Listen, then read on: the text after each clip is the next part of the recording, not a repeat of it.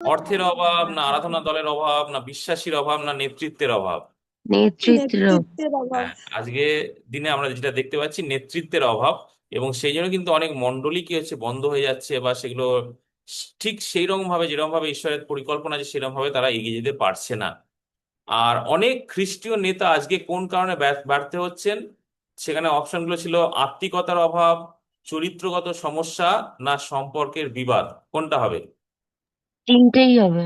হ্যাঁ, এখানে right answer হচ্ছে তিনটেই। কারণ 4 নম্বর যে অপশনটা ছিল সেটা ছিল উপরের সবকটি। তো আপনাদের নোটসেও দেখবেন লেখা আছে এই তিনটে বিষয় কিন্তু মেনশন আছে। তো যদি তার মধ্যে একটাতে আপনারা টিক মার্ক দেন, তাহলে কিন্তু ওটা ভুল হয়ে যাবে, আপনাদের দিতে হবে উপরের সবকটি। তো এই জন্য কয়েকটা প্রশ্ন একটুখানি ভালোভাবে দেখতে হবে, এখানে কোনো তাড়াহুড়ো করার কিছু নেই।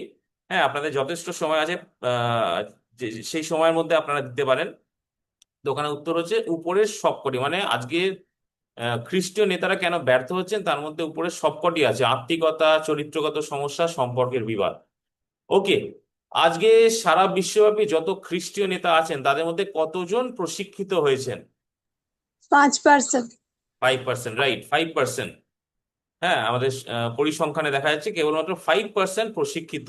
আর সেই জন্য কতজন নেতা তাদের আহ্বানকে সম্পূর্ণভাবে সমাপ্ত করতে পারছেন না? কত পার্সেন্ট? 70%। 70%, very good.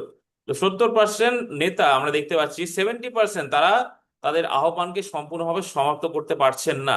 হ্যাঁ, তারা কোথাও না কোথাও তারা হারিয়ে যাচ্ছে, তারা তাদের তাদের আশা হারিয়ে ফেলছে, তারা সেই কাজ থেকে সরে আসছে। তো এই কারণে 70% লিডার, 70% লিডার তারা তাদের আহ্বানকে সম্পূর্ণ করতে পারছে না। আর যে সমস্ত যে সকল নেতারা প্রশিক্ষণ পেয়েছেন, তাদের প্রশিক্ষণ অনেক সময় তাদের কোন বিষয়ের জন্য প্রস্তুত করে? কোনটা হবে? সেখানে অপশন ছিল আধ্যাত্মিক জীবনের জন্য, চরিত্র তৈরির জন্য, প্রচারের জন্য, আর ঈশ্বরের লোকেদের নেতৃত্ব দেওয়ার জন্য। লোকেদের নেতৃত্ব দেওয়ার জন্য। না, ওটা না। প্রচারের জন্য। হ্যাঁ, প্রচারের জন্য, রাইট। তো অনেক সময় দেখা যাচ্ছে যে প্রশিক্ষণ শুধুমাত্র তাদেরকে প্রচারের জন্য তৈরি করছে, ঠিক আছে। তারা মনে করছে যে আমরা যদি ভালো প্রচারক হতে পারি, ভালোভাবে প্রচার করতে পারি, তাহলেই আমরা ভালো লিডার। এবং অনেক লিডাররাও কিন্তু এই বিষয়ের উপরে ফোকাস করছে, তোমাকে ভালোভাবে প্রচার করতে হবে। কিন্তু নেতৃত্ব মানেই না যে তারা শুধুমাত্র ভালোভাবে প্রচার করবে, তাদের অনেক কিছু আছে তার মধ্যে। নেতৃত্বের সব থেকে গুরুত্বপূর্ণ বিষয় হচ্ছে তাদের নিজেদের আত্মিক জীবন। ওকে।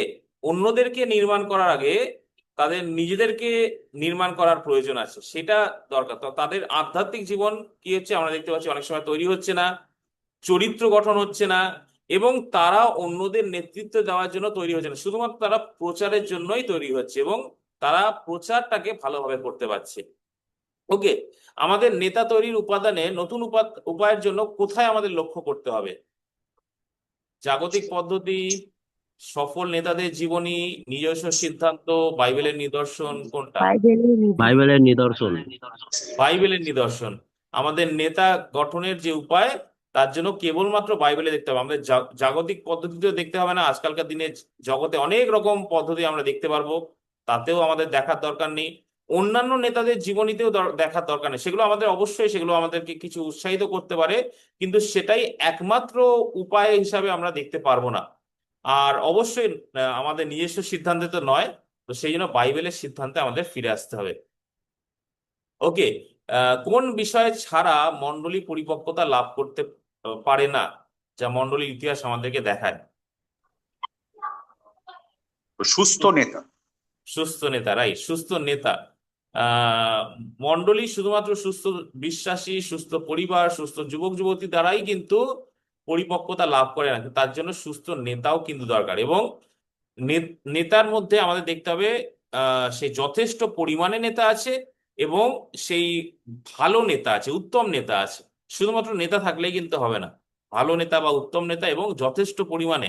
একটি মণ্ডলী যত বড়, তার নেতৃত্বের সংখ্যাও কিন্তু তত বেশি থাকা উচিত। শুধুমাত্র একজনই পালক বা একজনই লিডার আছে এবং সেখানে সবাইকে তিনি নেতৃত্ব দিচ্ছেন, তাহলে কি হবে? আলটিমেটলি একটা সময় তিনি খুব ক্লান্ত হয়ে যাবেন, তার সেই কাজের আর কোনো ইচ্ছা থাকবে না। তো তিনি একটা সময় সেই হাল ছেড়ে দিতে চাইবেন। তো সেই জন্য আমাদের যথেষ্ট পরিমাণে নেতা দরকার এবং উত্তম নেতা বা ভালো নেতাও দরকার। ওকে, সুস্থ নেতা পরবর্তীকালে কি নির্মাণ করবে? সুস্থ মণ্ডলী। সুস্থ মণ্ডলী, রাইট। তো সুস্থ নেতা সে কোনো প্রশাসন ব্যবস্থা, শিক্ষা প্রতিষ্ঠান বা সম্পদ নির্মাণ করছে না, কিন্তু তার দায়িত্ব যে সে সুস্থ মণ্ডলী নির্মাণ করছে। যিশু কেন এই পৃথিবীতে এসেছিলেন, তার মুখ্য উদ্দেশ্য কি কি ছিল? ক্রুশে মৃত্যুবরণ বা ঈশ্বরের সত্যকে প্রকাশ করা, শিষ্য প্রস্তুত করা, কোনটা? উপরে সবকটি। হ্যাঁ, এখানেও কিন্তু উপরের সবকটি হবে, রাইট। তো এখানেও এটাও একটা মানে আহ, এই কোশ্চেনটাও ভালোভাবে বুঝে, ভালোভাবে প্রত্যেকটা অপশন দেখে লিখতে হতো। অনেকেই ঠিক লিখেছে এখানে। উপরের সবগুলির জন্যই যিশু এখানে কেন এসেছিলেন? অবশ্যই তিনি ক্রুশে মৃত্যুবরণ করার জন্য এসেছিলেন, তিনি ঈশ্বরের সত্যকে প্রকাশ করার জন্য এসেছিলেন, তিনি শিষ্য প্রস্তুত করার জন্য এসেছিলেন, প্রত্যেকটা কাজের জন্যই তিনি এসেছিলেন। ওকে, মথি 9 অধ্যায় আমাদের কি বলছে? যে বিস্তর লোক দেখে যিশু তাহাদের প্রতি করুণাবিষ্ট হলেন। তার কারণ কি ছিল? কেন তিনি করুণাবিষ্ট হয়েছিলেন? তারা পালকবিহীন ছিল। হ্যাঁ, তারা পালকবিহীন ছিল। তাদের মধ্যে অন্যান্য বিষয়ের অভাব ছিল এরকম না, যে আর্থিকভাবে দুর্বল ছিল, অসুস্থ ছিল, সেটা না, কিন্তু যিশু যে কারণে তিনি করুণাবিষ্ট হয়েছিলেন, যে তারা পালকবিহীন ছিল। আচ্ছা, আরেকটা প্রশ্ন ছিল, আমি লাস্ট ক্লাসে করেছিলাম সুস্থ নেতা গঠনের 3টি উপাদান। সেটা কি হবে? সুস্থ নেতা গঠনের 3টি উপাদান। লাস্ট ক্লাসে আমি অনেকগুলো উদাহরণ দেখিয়ে লক্ষ্য, করেছিলাম। পদ্ধতি, নকশা। হ্যাঁ, লক্ষ্য, পদ্ধতি এবং নকশা। ওখানে আরো অনেকগুলো অপশন ছিল, কিন্তু যেটা আমি করেছিলাম এবং যেটা আপনাদের লাস্ট ক্লাসে ভালোভাবে বুঝিয়েছিলাম, সেখানে সেই বাড়ি তৈরির বিষয় নিয়ে বুঝিয়েছিলাম। তারপরে আমি আপনাদেরকে সেই কোথাও আমরা যাচ্ছি সেই বিষয় নিয়ে বুঝিয়েছিলাম। তো অনেকগুলো উদাহরণ দিয়ে বুঝিয়েছিলাম, এবং যে নোট দিয়েছিলাম সেখানেও লাস্ট পেজে পুরো একটা পাতা ফুল এই বিষয়ে লেখা ছিল। তো সেখানে 3টে বিষয় আছে, লক্ষ্য, পদ্ধতি এবং নকশা, অন্যান্য বিষয়গুলো কিন্তু না। ঠিক আছে। ওকে, খ্রিস্টীয় নেতার নেতৃত্বের অন্যতম উদ্দেশ্য কি হবে? ওখানে ছিল অপশন: মানুষকে সেবা করা, ক্ষমতা অর্জন করা, শিষ্য গঠন করা, আর সম্পদ বৃদ্ধি করা। মানুষকে শিষ্য সেবা গঠন করা। করা। শিষ্য গঠন করা, হ্যাঁ। যিশু তার শিষ্যদের কি বলেছিলেন? তোমরা যাও, সমুদয় জাতিকে শিষ্য করো। তার মানে দেখুন, এখানে যিশু যাদেরকে শিষ্য তৈরি করলেন তাদেরকে এবার বলছে তোমরা শিষ্য করো। ঠিক আছে। তার মানে কি, তাদের এবার লক্ষ্য কি হচ্ছে? তারা গিয়ে অন্যদেরকে শিষ্য করছে। তারা শুধুমাত্র সেবা করছে না বা তারা অন্যান্য কোনো কাজ করছে না, কিন্তু তাদের উদ্দেশ্য যে তারা গিয়ে শিষ্য গঠন করছে। ঠিক একই রকম ভাবে আমাদেরও উদ্দেশ্য হবে যে একজন সুস্থ নেতা হিসাবে গড়ে ওঠার পরে আমরা কি করব? অন্যদেরকেও আমরা শিষ্য হিসাবে তুলবো। ওকে, এরপরের যেগুলো ছিল, লাস্ট 6টা প্রশ্ন ছিল ট্রু অ্যান্ড ফলস বা সত্য এবং মিথ্যা। যেটা হবে সেটা ঠিক। পৃথিবী সৃষ্টির আগে অনন্তকালের জন্য তৃতীয় ঈশ্বরের মধ্যে সহভাগিতা ছিল। কি হবে? সত্য না মিথ্যা? সত্য। হ্যাঁ, তৃতীয় ঈশ্বরের মধ্যে সহভাগিতা ছিল। ঠিক আছে।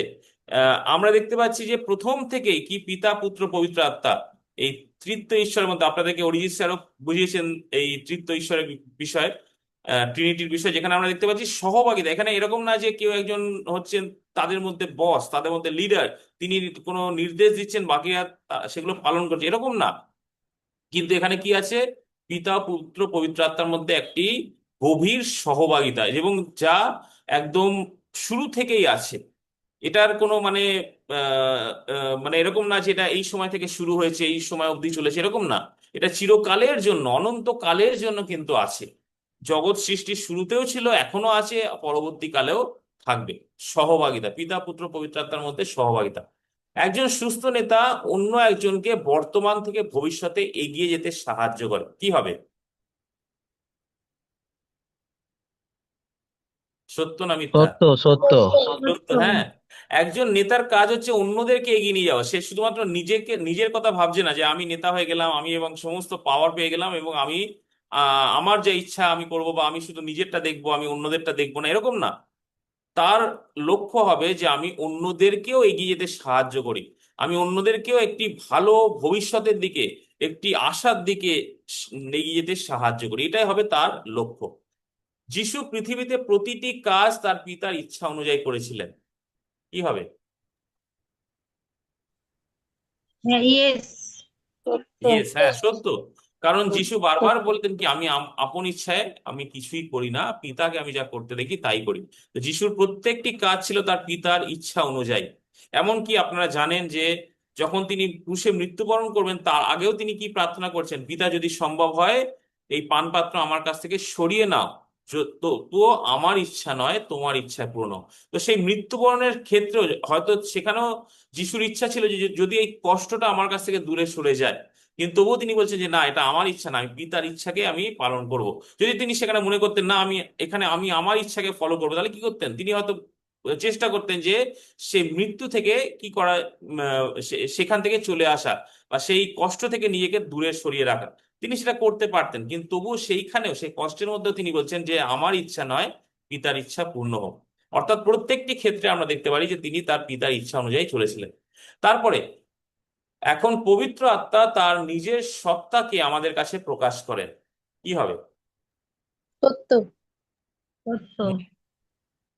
এখন পবিত্র আত্মা তার নিজস্ব সত্তাকে আমাদের কাছে প্রকাশ করেন।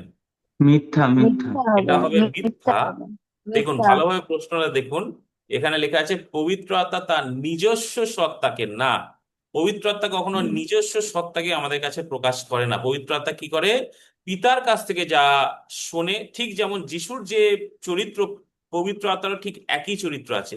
যিশু যেমন বলছেন যে আমি আপনা হইতে কিছুই করি না, পবিত্র আত্মাও কিন্তু ঠিক একই করে, নিজে থেকে কিছু আমাদের কাছে বলে না, নিজে থেকে কিছু প্রকাশ করে না। যা সে পিতা থেকে শুনছে, যা সে পুত্র থেকে শুনছে, সেটাই আমাদের কাছে আজকে প্রকাশ করছে। তো পবিত্র আত্মা যখন আমাদের কাছে কিছু প্রকাশ করছে করছে তা আপনারা জানবেন তার নিজস্ব সত্তা না, সেটা সেই পিতার ইচ্ছাকে তিনি আমাদের কাছে নিয়ে আসছেন। তারপরে প্রভু যিশুর কথা ও কাজের উৎস ছিল তার শিষ্যদের সহিত সহভাগিতা। কি হবে? ইয়েস, সত্য। সত্য, ইয়েস। না, মিথ্যা মিথ্যা। না, এটা হচ্ছে মিথ্যা। কারণ প্রভু যিশুর কথা ও কাজের উৎস কিন্তু তাদের শিষ্যদের সহিত সহভাগিতা না। প্রভু যিশুর কথা ও কাজের উৎস ছিল কি? যে পিতার সাথে সহভাগিতা। ঠিক আছে, যেটা আমরা আগের ক্লাসে করেছিলাম যে প্রভু যিশু তিনি নিজেকে সম্পূর্ণভাবে কি করলেন, তার পিতার প্রতি দৃষ্টিপাত করলেন, পিতার প্রতি নির্ভর করলেন, এইভাবেই তিনি সমস্ত কাজ করলেন। ওকে, যেটা আমরা লাস্ট ক্লাসে দেখেছিলাম, আপনাদেরকে কয়েকটা বাইবেল ভার্সও দেখে দিয়েছিলাম। তার মানে কি, তার সমস্ত কিছু উৎস হচ্ছে পিতার কাছ থেকে, পিতার ইচ্ছা। তো শিষ্যদের সাথে সহভাগিতা না, সেটা অবশ্যই আছে।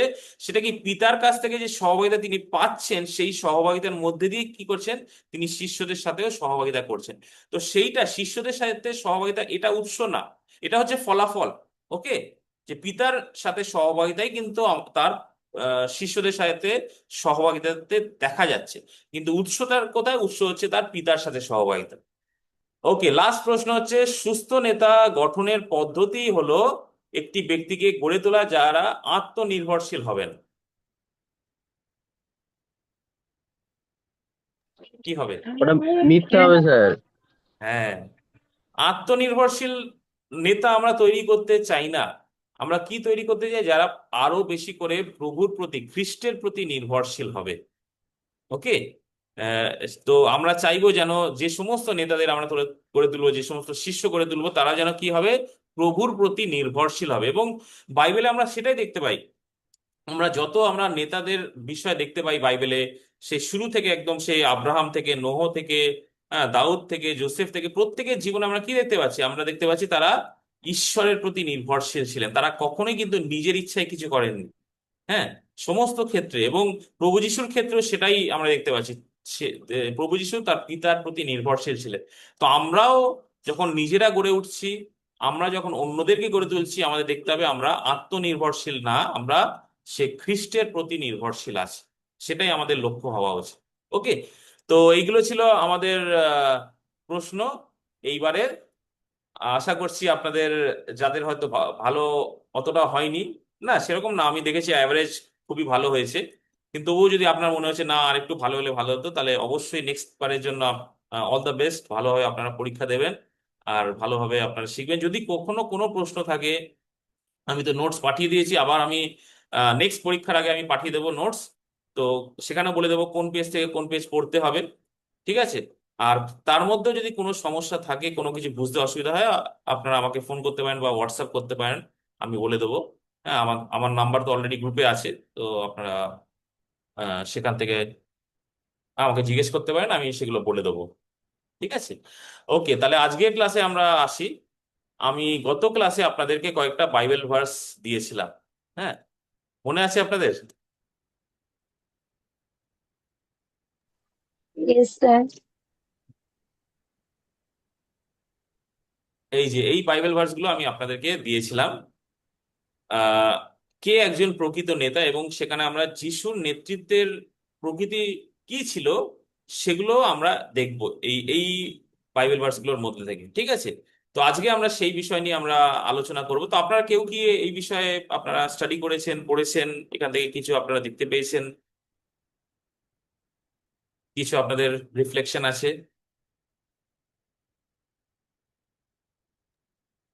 তো এখানে যোহন 7:16 বলেছে যে যীশু তাহাদিগকে উত্তর করিয়া কহিলেন, আমার উপদেশ আমার নয়, কিন্তু যিনি আমাকে পাঠাইয়াছেন তাহার উপদেশ। তো এখানে যীশু তার পিতাকে আহ উম পিতাকে স্মরণ করে কথাটা বলেছে যে তিনি এসছে, তিনি তার মতে আসেনি, তাহার কার্য অনুসারে তিনি কাজ করছে না, তিনি তার পিতার আদেশ অনুসারে তিনি এই সমস্ত কিছু পালন করছে। তো এইটুকুনি বুঝেছি। ওকে, তো এখানে আমরা দেখতে পাচ্ছি যে যিশু কি করছেন, তার পিতার ইচ্ছা অনুযায়ী তিনি কাজ করছেন। ওকে, আর কোনো অন্যান্য রিফ্লেকশন আপনাদের?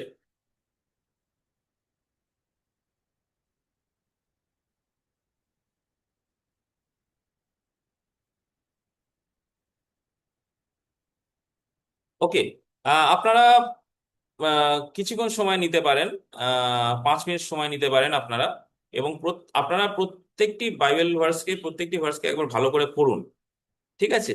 এবার পড়ে তারপরে আমাকে বলুন যে এখান থেকে আপনারা কি বুঝলেন, কি শিখলেন, যিশুর নেতৃত্বের প্রকৃতি সম্বন্ধে আমরা কি বুঝতে পারি এই ভার্সগুলো থেকে। তো ঠিক আছে, 5 মিনিট সময় নিয়ে নিন, 5টা ভার্স আছে, ভালো করে পড়ুন, এবং তারপরে বলুন আমাকে যে আপনারা এখান থেকে কি বুঝতে পারছেন।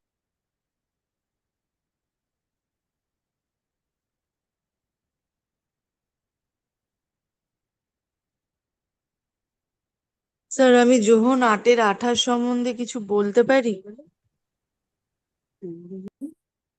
ওকে, বাকিদের সবার হয়ে গেছে নাকি একটু টাইম লাগবে? হ্যাঁ স্যার, পড়েছি।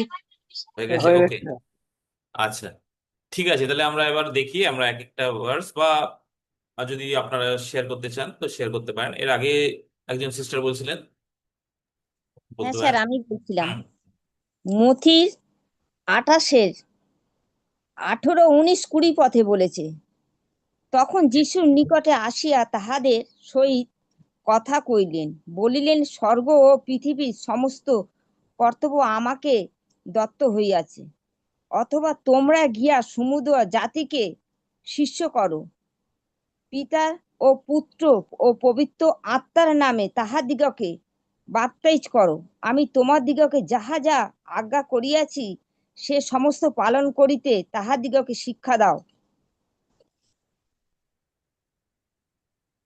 এইটাই বললাম ম্যাম স্যার আমি। না, আমি তো বলেছিলাম এই যে ভার্স গুলো আমি দিয়েছি আপনাদেরকে, স্ক্রিনে যেগুলো দেওয়া আছে, যখন 7 অধ্যায়, 8 অধ্যায়, 5 অধ্যায় এবং 14, এখান থেকে আপনাকে বলতে হবে। ওকে, আর একজন বলছিলেন, বলুন।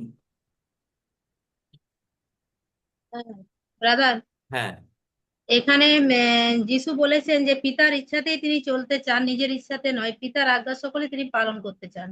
হুম হুম, এর মধ্যে এটাই বুঝতে পারছি। তিনি চলতে চান, রাইট?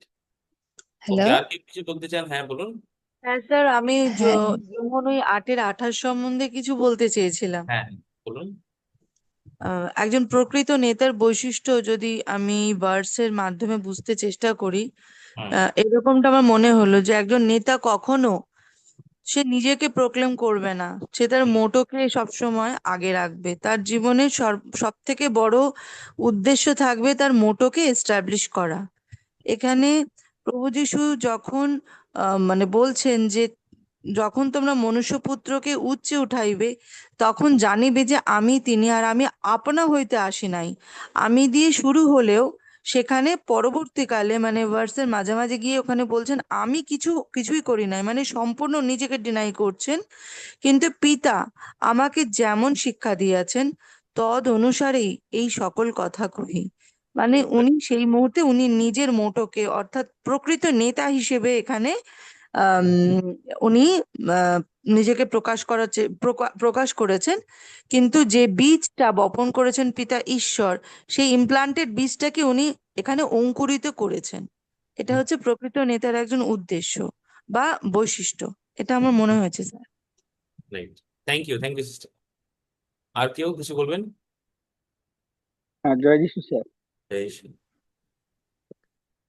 তো এখানে প্রত্যেকটা ভাস থেকে যে জিনিসগুলা দেখা যাচ্ছে, তো আমরা যদি একটু পুরাতন নিয়মকে ফিরে যাই, তো সেইখানে ঈশ্বরের যে বাক্য ছিল, সেই বাক্য অনুযায়ী তখন যিশু যখন এই পৃথিবীতে এলো, আসার পরে যখন পরমেশ্বর পিতার শিক্ষাগুলোকে এই যে ওই জাতিতে মানে জগতের মধ্যে রাখলো, তো তখন যিশু অনেক অলৌকিক অলৌকিক সমস্ত কার্যকে করতেছে, এবং যে সমস্ত অলৌকিক কাজ করছে তার সঙ্গে চিহ্ন কার্য এবং কিছু আদেশ উপদেশ দিচ্ছে সমাজকে।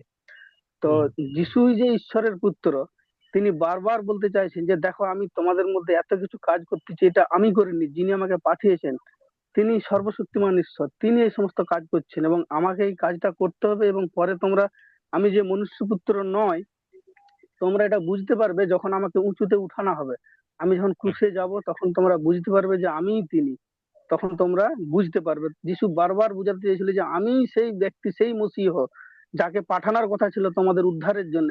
ওই তখন জিহুদি জাতি ছিল, ওরা বিশ্বাস করতো না, এবং যিশু বারবার নিজেকে বলতে চেয়েছিল, কিন্তু পরে তা বুঝতে পারলো যে হ্যাঁ সত্যিই উনি ঈশ্বরেরই পুত্র, আমরা যিশুর কথাকে না শুনে ভুল করেছিলাম, এরকম একটা বিষয় বোঝা যাচ্ছে। ওকে, থ্যাংক ইউ। ওকে, আর কেউ? স্যার আমি বলবো। হুম, বলুন। স্যার আমার মনে হয়েছে যে এখানে যে তার যিশু তার পুত্রের আর পিতার মধ্যে যে মানে দেখা যাচ্ছে যে সহভাগিতা আমরা পড়ছিলাম, সেইটা বোঝা যাচ্ছে প্রত্যেকটা ভার্স থেকে, বাক্য থেকে বুঝতে পারছি যে পিতা ঈশ্বর আর তার সাথে যে সংযোগ রয়েছে, সেই সহভাগিতাটা এই প্রভু যিশুর নেতৃত্বের মধ্যে ফুটে উঠছে, যে পিতা ব্যতীত তিনি কিছু করেন না। আর মানে তিনি বলছেন ফিলি আমাকে দেখুনি, মানে পিতাকে দেখবে, পিতা আমি, আমাকে যে দেখেছে পিতাকেও দেখেছে। মানে পিতার কাজ, মানে পিতা যেরকম বলছে আর প্রভু যিশু সেই কার্য করছে। আর তার মানে মানে তাকে দেখার, পিতাও ঠিক একই কার্য করে, মানে প্রভু যিশুর মতো। সেই মানে সেটা তুলে ধরছে যে তিনি তার সহভাগিতার মধ্যে তার সংযুক্ত হয়ে আছেন, সেই পিতা তিনি একই কার্য করেন, সেই সহভাগিতাটা ফুটে উঠছে, এইটুকু বুঝতে পেরেছি। হ্যাঁ, থ্যাংক ইউ। পিতার সাথে সহভাগিতা, সেটা আমরা দেখতে পাচ্ছি যিশুর কাজের মাধ্যমে। হ্যাঁ স্যার, আমি বলছি হ্যাঁ, যোহনের 16 অধ্যায়। আর আর যদিও আমি বিচার করি, আমরা বিচার সত্য, আমার বিচার সত্য, কেননা আমি আপনি একা কোনটা নয়। পড়ছেন? যোহনের 8 যোহনের? অধ্যায় 16 পদে বলছি। না, 8 অধ্যায় 16 পদ নেই তো এখানে, 7 ও অধ্যায় নেই? 16 পদ আছে। ও 7 অধ্যায় 16 পদ হ্যাঁ, আছে। সরি। ঠিক আছে, অন্যজন বলুক, অন্যজন। ওকে, আর কেউ মেবি একজন দুজন বলতে পারেন আর? স্যার একটা জিনিস এখান থেকে সবগুলো ভার্স থেকে দেখতে পাই যে হ্যাঁ, তার প্রতিটা কাজের পিছনে যে মেন সাপোর্ট বা মেন শক্তি তার পিতা, হুম, এবং পিতার সঙ্গে সহভাগিতা করেই তিনি সব কাজ করছেন। yes, আর প্রতিটা জায়গাতে তিনি পিতাকে হাইলাইট করছেন, যে আমি নিজে করছি না, পিতা করছেন। পিতার তার কাছে যেমন শিক্ষা পাচ্ছি তেমন করছে। তো রাইট। এখান থেকে দেখতে পাই যে তার কাজের মানে উৎস বা তার কাজের পিছনে যে শক্তি, সেটা হচ্ছে তার পিতা। তিনি সবসময় তার পিতাকে হাইলাইট করছেন আর কি। হ্যাঁ, পিতার সাথে তার যে সহভাগিতা বা পিতাকে যে তিনি দেখছেন সেটা সবসময় তিনি তুলে ধরছেন যে আমি পিতার ইচ্ছা অনুযায়ী করছি, পিতাকে ছাড়া তিনি কিছুই করছেন না।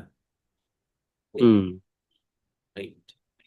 আহ স্যার আরো একটি পয়েন্ট, যোহন 5 অধ্যায়ের 30-এ যেটা দেখা যাচ্ছে যে একজন প্রকৃত নেতার মতন তিনি ন্যায্য বিচার করেন। কারণ হ্যাঁ, যখনই লিডারশিপ আসে তখনই ভুল ঠিক ইত্যাদির মানে জাজমেন্টটা এসেই যায়, কারণ তিনি পালন করছেন, তিনি লিডার, মানে তিনি একটি মানে লিড করছেন অনেকজনকে, এবং সেখানে তিনি বিচার করছেন এবং সেই বিচারটা পিতার ইচ্ছা অনুসারে ন্যায্য হুম, বিচার করেন, এবং হ্যাঁ, সেই ন্যায্য বিচারটা তার ইচ্ছা অনুযায়ী না, কিন্তু অবশ্যই তার প্রেরণকর্তার ইচ্ছা পূরণ করার চেষ্টা করেন। মানে যিশু রাইট, এখানেও কিন্তু নিজেকে হাম্বেল করছেন, সেখানে উনি বলছেন না আমি করি, I do it, I can do it, সেখানে বলেছেন আই ট্রাই ডুইং দিস। এই বিষয়টাও একজন আম, মানে প্রকৃত নেতার, তিনি তৃতীয় ঈশ্বরের একজন হয়েও, স্বয়ং ঈশ্বর হয়েও তিনি নিজেকে হাম্বেল করছেন। এটা আমাদের কাছে একটা দৃষ্টান্ত। রাইট। হ্যাঁ, অনেক সময় আমরা যেটা দেখতে পাই আজকালকার দিনে অনেক লিডাররা আছে, তারা কি করে নিজেকে অনেক বড় করে দেখাতে চায় যে দেখো আমি কি করতে পারি, আমি কি করেছি, হ্যাঁ, বা আমার কি কি মানে ক্যাপাসিটি আছে, স্কিলস আছে, এইগুলো নিজেকে অনেক বড় করে দেখাতে চায়। এবং আহ, আজকালকার দিনে জগৎও তাদেরকেই সাকসেসফুল বলে মনে করে যারা নিজেদেরকে এইরকম ভাবে দেখায় যে হ্যাঁ সে কতটা সাকসেসফুল, তার কাছে কতটা মানে নলেজ আছে, কতটা জ্ঞান আছে, কতটা ট্যালেন্ট আছে, এই সমস্ত। কিন্তু যিশুর যে আহ কথা, সেখানে আমরা কি দেখতে পাচ্ছি যে তিনি বারবার কি করছেন, নিজেকে কি করছেন, ডিনাই করছেন। তিনি বলছেন আমি নিজে থেকে কিছু করি না। দেখুন আজকে আমি যদি এসে আপনাদেরকে বলতাম যে দেখুন আমি কি বলবো, আমি কিছুই জানি না, হ্যাঁ, আমি নিজে থেকে কিছু করতে পারি না, তখন আপনারা কি ভাবতেন যে স্যার কি পড়াবে, উনি নিজেই তো কিছু জানেন না, তাই না? কিন্তু যিশু কিন্তু যখনই তিনি লোকেদের সামনে, শুধু এটা তিনি ব্যক্তিগতভাবে না, লোকেদের সামনে তিনি যখন বলছেন, তিনি এই কথা প্রকাশ করছেন যে আমি আপনা হইতে কিছুই করতে পারি না, বা আমি নিজে থেকে কিছু বলি না, পিতাকে যা করতে দেখি বা পিতার কাছ থেকে যা শুনি আমি সেই কাজই করি। তাহলে এখানে পিতার এবং পুত্রের যে সহভাগিতা, সেইটা আমরা দেখতে পাচ্ছি, সেটা প্রকাশ পাচ্ছে যে তাদের মধ্যে কতটা গভীর সহভাগিতা। হ্যাঁ, এমনকি তিনি এটাও বলছেন যে যে আমাকে দেখেছে সে পিতাকে দেখেছে। কেন? এইরকম না যে তাদেরকে দেখতে একই রকম, হ্যাঁ, এইরকম না, কিন্তু যে পিতার কাজকে জানে সে পুত্রের কাজের মাধ্যম দিয়ে পিতার কাজকে বুঝতে পারবে, তাদের কাজ, তাদের নেচার, সমস্ত কিছু কিন্তু একই রকম। ওকে। তো এখানে যিশু যেটা করতে চাইছেন বা করছেন যেটা, সেটা তিনি বারবার তিনি জগৎকে পিতার সাথে প্রকাশ বা পরিচয় করে দিতে চাইছেন। যে যে সহভাগিতাটা ভেঙে গেছিল সেই এদেন উদ্যানে, যখন আদম এবং হওয়া পাপ করেছিল, তখন সেই সহভাগিতা নষ্ট হয়ে গেছিল, তাই না? মানুষ কি করেছিল, ঈশ্বরের কাছ থেকে দূরে সরে গেছিল। এবং এখানে যিশু আবার সেই সহভাগিতাকে আবার কি করছেন, যুক্ত করতে আসছেন, এবং সেই তিনি কি করছেন, তিনি মানুষের কাছে পিতাকে প্রকাশ করছেন, তিনি একজন জাস্ট মাধ্যম হিসাবে আসছেন। ওকে।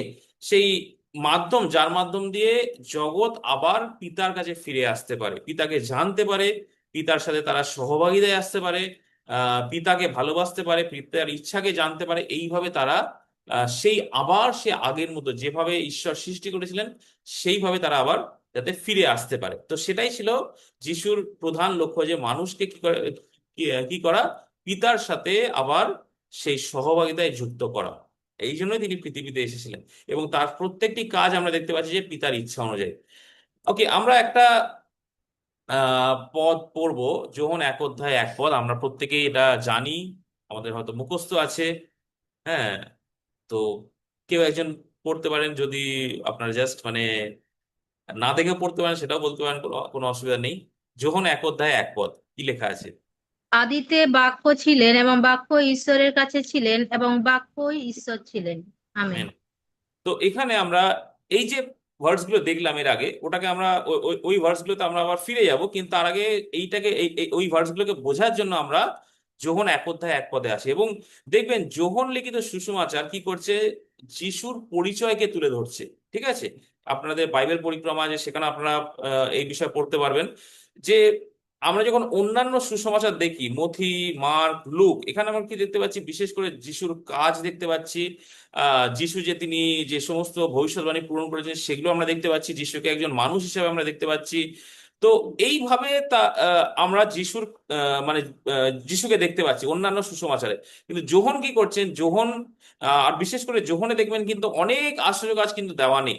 আপনি যখন মার্ক লিখিত সুসমাচার দেখবেন দেখবেন সেখানে যিশুর প্রত্যেকটা আশ্চর্য কাজ একটার পর একটা দেওয়া আছে। কিন্তু যোহন কিন্তু অতগুলো আশ্চর্য কাজ দেয়নি। এখানে কি দিয়েছেন? যিশুর প্রকৃত পরিচয়কে তিনি তুলে ধরেছেন, যাতে মানুষ কি করে যিশুর প্রকৃত পরিচয়টা পায়।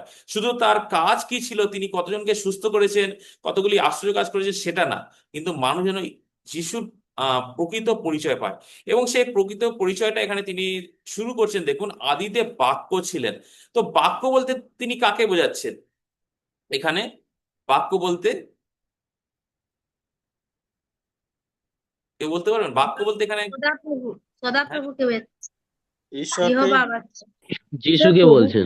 হ্যাঁ, আমরা আরেকটা ভার্স পড়ি, তাহলে বুঝতে পারবো। যোহন 1 অধ্যায় 14 পদ, কেউ একজন পড়তে পারেন? যোহন 1 অধ্যায় 14 পদ। আমি তোমাদিগকে যাহা কিছু আজ্ঞা দিতেছি তাহা যদি পালন তাই করো বলছি। তবে হ্যাঁ তোমরা হ্যাঁ, আমার বন্ধু। যোহন 1 অধ্যায় 14 পদ। স্যার আমি পড়ছি স্যার। হ্যাঁ আর সেই বাক্য মাংসে মূর্তিমান হইলেন এবং হ্যাঁ, আমাদের মধ্যে প্রবাস করিলেন, আর আমরা তাহার মহিমা দেখিলাম, যেমন পিতা হইতে আগত এক জাতের মহিমা। তিনি অনুগ্রহে ও সত্যে পূর্ণ। আমেন। মেন। তাহলে এখানে দেখুন, যোহন সেই বাক্যের কথা বলছেন যে সেই বাক্য মাংসে মূর্তিমান হলেন। হ্যাঁ, মাংসে মূর্তিমান হলেন, আমাদের মধ্যে প্রবাস করিলেন, আমরা তাহার মহিমা দেখিলাম, যেমন স্বর্গ হইতে আগত, অনুগ্রহ এবং সত্যে পরিপূর্ণ।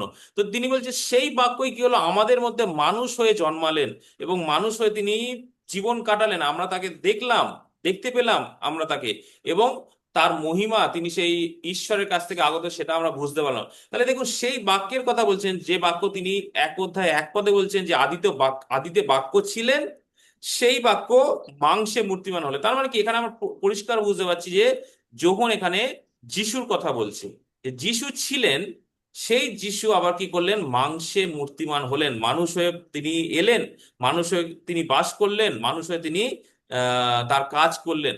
তাহলে এখানে আমরা কি দেখতে পাচ্ছি? আদিতে বাক্য অর্থাৎ আদিতে যিশু ছিলেন। যখন আমরা দেখবেন আদিতে, হ্যাঁ, এই কথাটা আমরা আর কোথায় দেখতে পাই বাইবেলে? আদিতে আর কোথায় দেখতে পাই? আদি আদিতে, পুস্তক 1 অধ্যায় 1 পদ। হ্যাঁ, আদি পুস্তক 1 অধ্যায় 1 পদে কি লেখা আছে? আদিতে ঈশ্বর আকাশমণ্ডল ও পৃথিবী সৃষ্টি করলেন। মানে কি? এমন একটা কিছু যেটা ছিল না, এর আগে কোনো এক্সিস্টেন্স ছিল না, সেটাকে তিনি সৃষ্টি করলেন।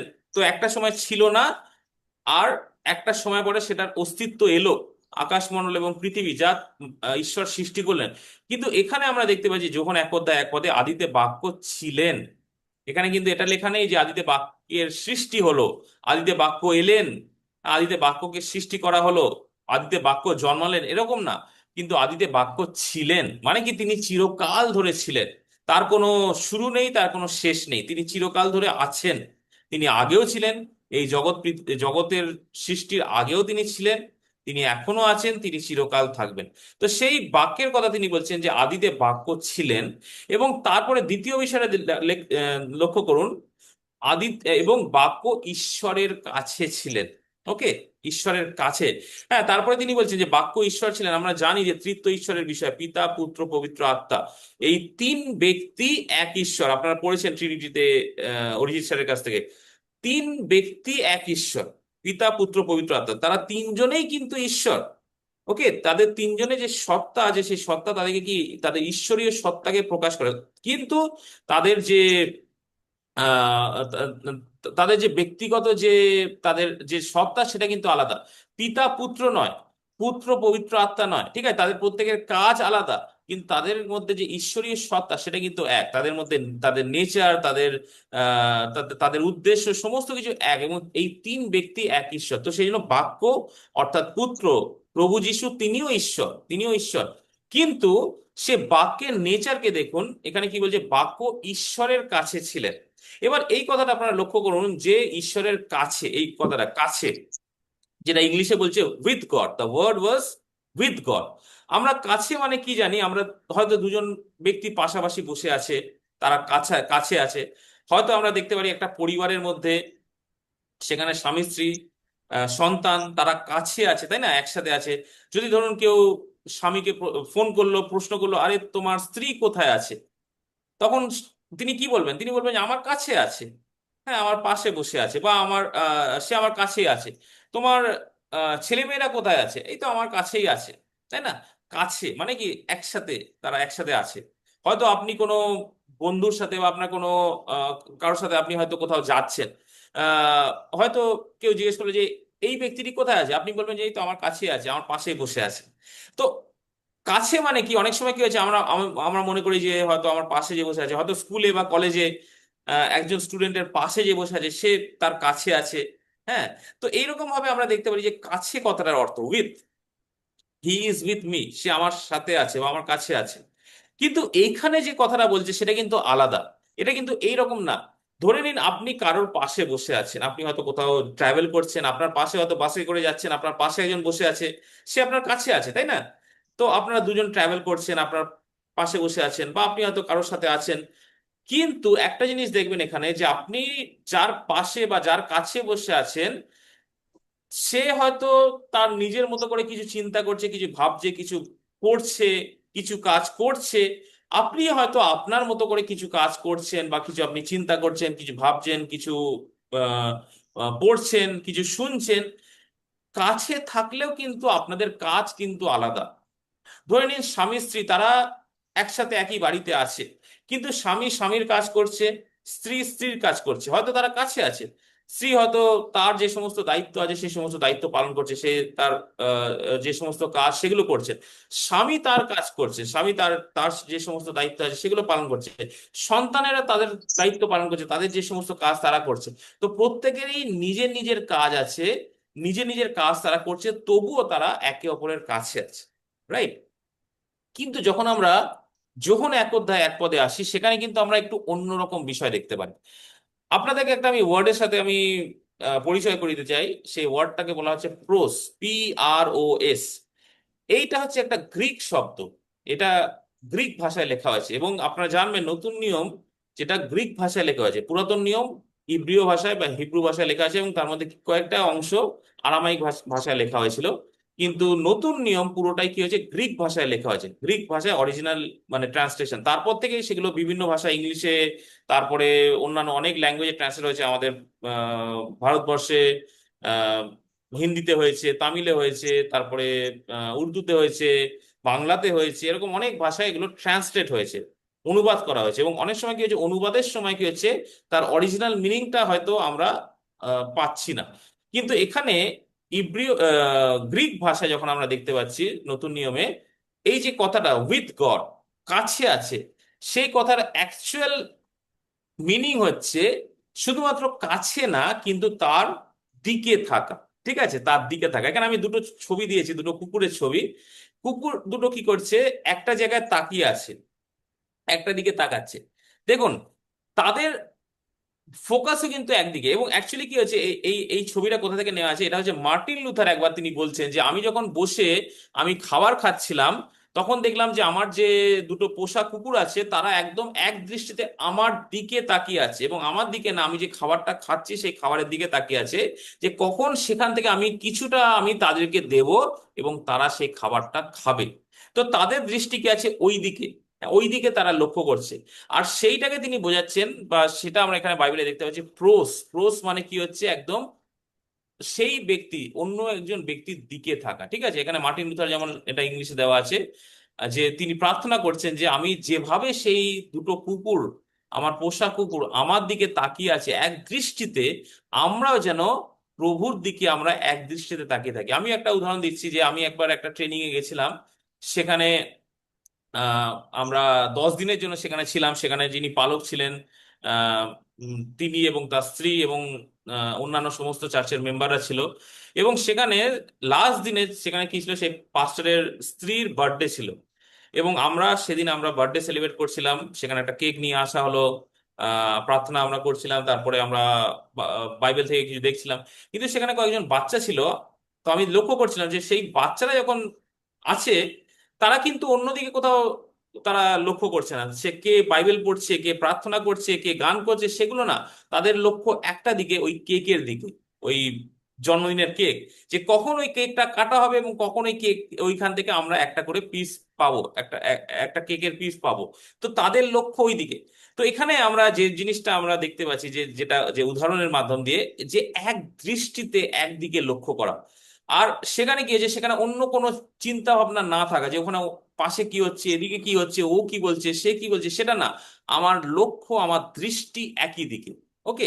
এবং সেটাই বলা হচ্ছে অ্যাকচুয়ালি প্রোস, PROS, প্রোস। প্রোস কথার অর্থ হচ্ছে যে এক দৃষ্টিতে একদিকে তাকিয়ে থাকা, তার আর কোনো অন্যান্য দিকে তার কোনো ইচ্ছা, তার কোনো আশা, তার কোনো রকম মানে লক্ষ্য কিছু নেই, তার লক্ষ্য একটা দিকে। ঠিক একই রকম ভাবে যখন আমরা যিশুর দিকে তাকাই, তারও লক্ষ্য একদিকেই ছিল, তার পিতার দিকে। ওকে, তার পিতার দিকে। তো আসুন আমরা দেখি এক একটা করে সেই বাইবেলের পদগুলো। যোহন 5 অধ্যায়, এখানে 19 পদ দেওয়া ছিল। আমি একটু কুইকলি আমি পড়ে দিচ্ছি।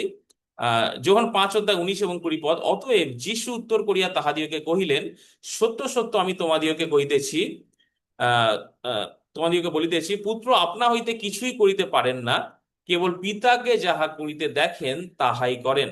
কেননা তিনি যাহা যাহা করেন, পুত্র সেই সকল তদ্রূপ করেন। তাহলে এখানে আমরা কি দেখতে পাচ্ছি, যিশু কি বলছেন? যিশু বলছেন যে আমি নিজে থেকে কিছু করি না, আমার কাজ সমস্ত কিছু কি, আমি পিতাকে দেখি, আমার চোখ দিয়ে আমি পিতাকে দেখি। তাহলে এখানে যে প্রোস, যেটা আমরা দেখতে পাচ্ছি যে যিশু পিতাকে দেখেন।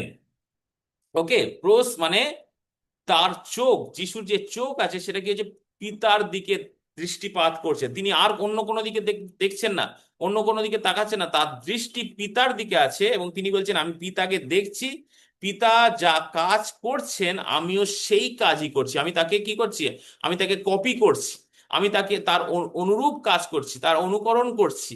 হ্যাঁ, আমি তাকে যা করতে দেখছি আমি তাই করছি। একটা যেমন উদাহরণস্বরূপ, একটা বাচ্চা ছেলে কি করে, সে অনেক সময় তার বাবাকে বা তার মাকে ফলো করার চেষ্টা করে। তার বাবা কি করছে, সে সেই একই রকম সেই কাজটাও সে করবে। কি করছে, সে তার বাবাকে ফলো করছে, সে কোনো মানে নকল করছে না, কিন্তু তার বাবাকে ফলো করার চেষ্টা করছে। ওকে।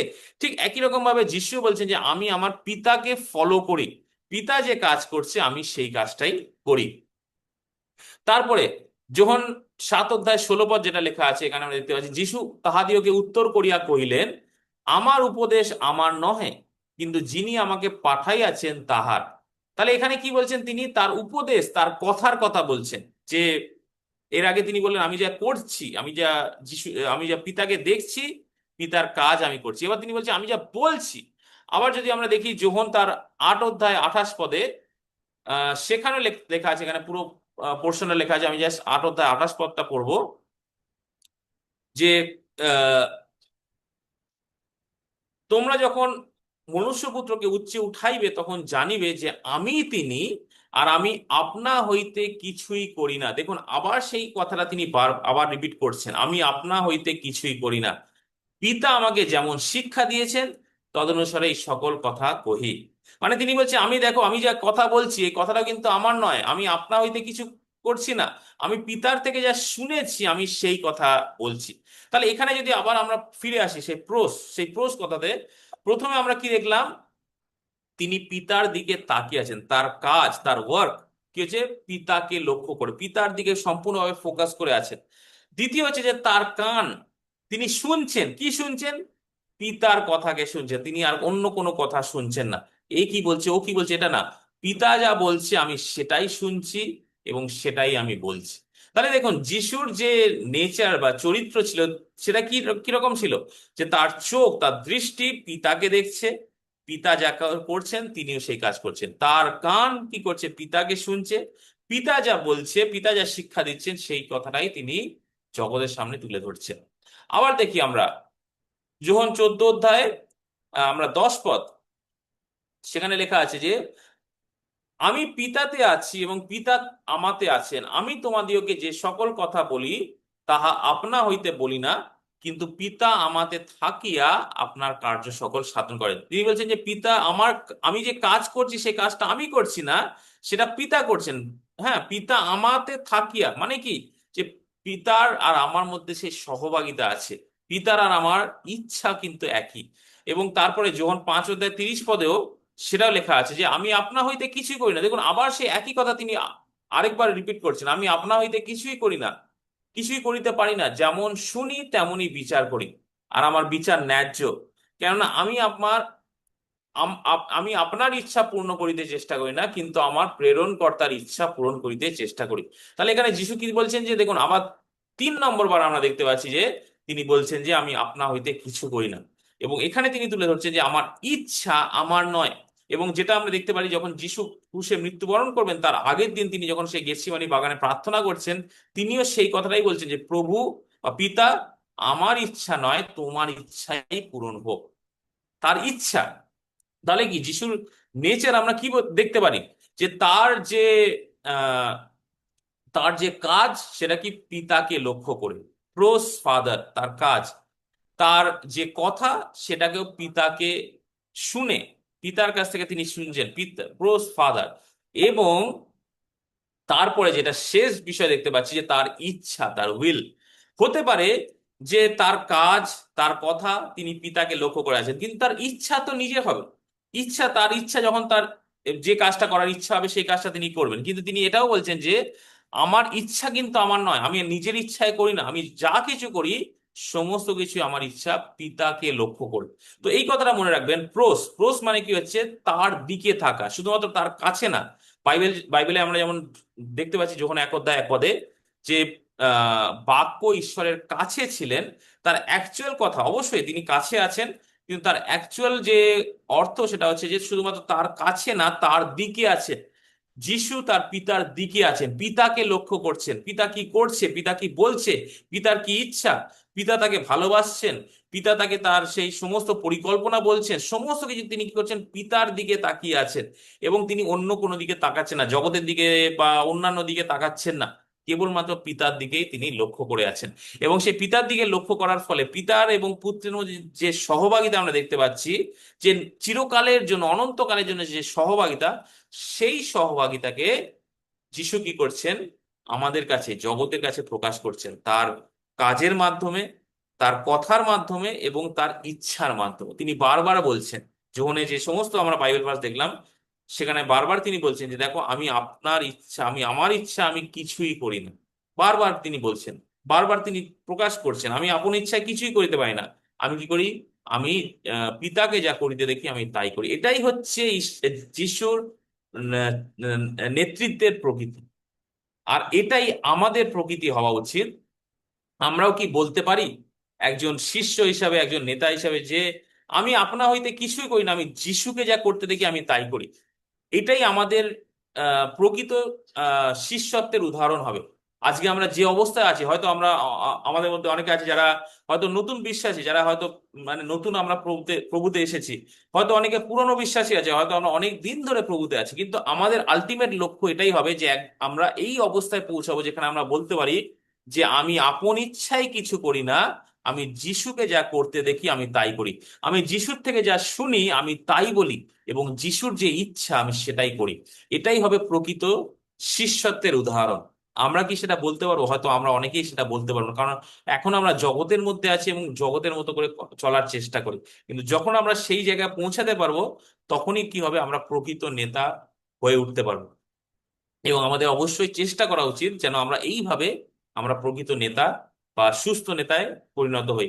সুস্থ নেতা মানে না যে তার মধ্যে অনেক ট্যালেন্ট আছে, অনেক গুণ আছে, সে অনেক ভালো প্রচার করতে পারে, অনেক কিছু করতে পারে, এরকম না। কিন্তু সে প্রভুর প্রতি নির্ভরশীল, সে খ্রিস্টের প্রতি নির্ভরশীল, সে যা কিছু করছে খ্রিস্টের ইচ্ছায় করছে, খ্রিস্টকে দেখে করছে, খ্রিস্টকে শুনে করছে, এছাড়া আর কিছুই না। যিশু যেমন বলেছিলেন, এই যেমন আমরা দেখলাম এর আগের ক্লাসে, যিশু পিতার দিকে তাকালেন এবং তার কণ্ঠ শুনলেন এবং এইভাবে তাকে পুরোপুরি আমাদের কাছে প্রকাশ করলেন। এবং যখন আজকে আমি যেমন একটা প্রশ্ন দিয়েছিলাম যে পবিত্র আত্মা কি করছেন, এখানে তিনি এই কথাটাও আমাদের কাছে তুলে ধরেছেন যে যখন তিনি সেই সত্যের আত্মা আসবেন, যখন 16 অধ্যায় 13 পদে, তখন পথ দেখাইয়া তোমাদিওকে সমস্ত সত্যে লইয়া যাবেন, কারণ তিনিও আপনা হইতে কিছু বলিবেন না। দেখুন যিশু পবিত্র আত্মার সম্বন্ধে বলছেন যে আপনা হইতে তিনিও কিছু বলবেন না, তিনি যাহা যাহা শুনবেন তাহাই বলিবেন, আগামী ঘটনা তোমাদিওকে জানাইবেন। তিনি আমাকে মহিমান্বিত করিবেন, কেননা যাহা আমার তাহাই লইয়া তোমাদিওকে জানাইবেন। আমার থেকে যা সে নেবে সেই জিনিসটা তোমার কাছে তুলে ধরবে। পিতার যাহা যা আছে সকলই আমার, এই জন্য বললাম যাহা আমার তিনি তাহাই লইবেন এবং তোমাদিওকে জানাইবেন। তিনি পবিত্র আত্মার কথা বলছেন এবং পবিত্র আত্মার বিষয় বলছেন যে পবিত্র আত্মা কিন্তু আপনা হইতে কিছু করেন না। পবিত্র আত্মা কি করে? পিতাকে যা করতে দেখে বা সে পুত্রকে যা করতে দেখে সেটাই তিনি করেন এবং সেটাই তিনি আমাদের কাছে প্রকাশ করেন। আজকে পবিত্র আত্মা যদি আজকে আপনার সাথে কথা বলছেন, তাহলে আপনি জানবেন সেই কথাটা পবিত্র আত্মার না, সেটা খ্রিস্টের কথা। খ্রিস্ট আপনার সামনে তুলে ধরছেন। ওকে। এবং শেষে একটা জাস্ট ভার্স আমি পড়তে চাই এখানে। যোহন 15 অধ্যায় 5 পদ। যোহন 15 অধ্যায় 5 পদ, আমি দ্রাক্ষালতা তোমরা শাখা, যে আমাতে থাকে এবং আমি যাহাতে থাকি সেই ব্যক্তি প্রচুর ফলে ফলবান হয়, কেননা আমা ভিন্ন তোমরা কিছুই করিতে পারো না। যিশু যেমন বলতেন যে আমি পিতাকে লক্ষ্য করি, পিতাকে দেখি, পিতাকে দেখে আমি চলি, পিতাকে ছাড়া আমি কিছুই করি না, ঠিক একই রকম ভাবে তিনি বলছেন যে তোমরাও কিন্তু আমাকে ছাড়া কিছু করতে পারবে না। তোমরা আমাতে থাকো, সেখানে তোমরা কি হবে? প্রচুর ফলে ফলবান হবে, প্রচুর ফলে ফলবান হবে। আমি দ্রাক্ষালতা তোমরা শাখা, যে আমাতে থাকে আমি যাহাতে থাকি সেই ব্যক্তি প্রচুর ফলে ফলবান হবে। ওকে, তো আমরাও যেন প্রচুর ফলে ফলবান হই, আমরা যেন শিষ্য তৈরি করি, আমরা যেন অন্যদেরকে গড়ে তুলি, এবং তা অবশ্যই হবে যখন আমরা খ্রিস্টের সাথে থাকবো, খ্রিস্টের সাথে যুক্ত থাকবো, খ্রিস্টের সাথে সহবাহিতা থাকবো এবং খ্রিস্টকে লক্ষ্য করেই, খ্রিস্টকে দেখেই আমরা সমস্ত কিছু করতে পারবো। আমেন। আসুন আমরা প্রার্থনা করি, প্রার্থনা করে আজকে ক্লাস আমরা এখানেই শেষ করি।